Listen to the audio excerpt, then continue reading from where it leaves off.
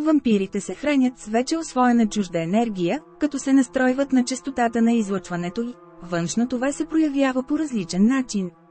Той мазно ви задава някакъв незначителен въпрос, нахално ви гледа в очите, старае се да ви докосне, да ви държи ръката, досажда ви с разговори, умее да се нагоди към характера и темперамента ви, изобщо промъква се в душата ви и се опитва да напипа слабото ви място. Това е вампир тип мазник. Той е добър психолог, общителен е, но не е обаятелен, а досадно нахален и това веднага се усеща. Наистина той познава тази своя черта и се мъчи да не изглежда такъв. Другият тип вампири са манипулаторите. Те играят на чувството за вина. Подобен вампир подсъзнателно търси хора, потенциално разположени да се подложат на чуждо осъждане или да помолят за съвет в трудно положение. Човек и с най-малкото чувство за вина също подсъзнателно търси някой да го осъди и веднага да го помилва. Подкрепата и съветът са нужни на онези, които поставят убежденията си под съмнение и се предават на чуждия съд. И така, вампирът и донорът се намират един друг и всеки получава онова, от което се нуждае. Манипулаторът с лекота се настройва на честотата на своята жертва. Технологията е елементарна, изисква се само уж случайно да докосне вълнуващия човека проблем и той веднага се разкрива и сам предлага енергията си.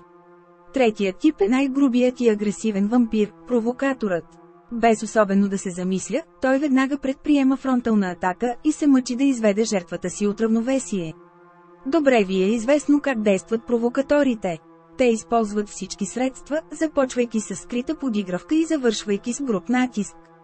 Главното е донорът да излезе извън себе си, а каква ще е реакцията му: грубост, раздразнение, негодуване, страх, неприязън, не е важно, всичко е от полза. Човек става енергиен вампир несъзнателно. Също несъзнателно той се стреми да се възползва от чуждата енергия. Забелязва ситуациите, при които получава удовлетворение и прилив на сили, и се стреми да ги повтори. Докато донорът се чувства разбит. Ако след общуването си с някого усещате потиснатост, опустошеност, слабост или треперене, значи са се възползвали от вас.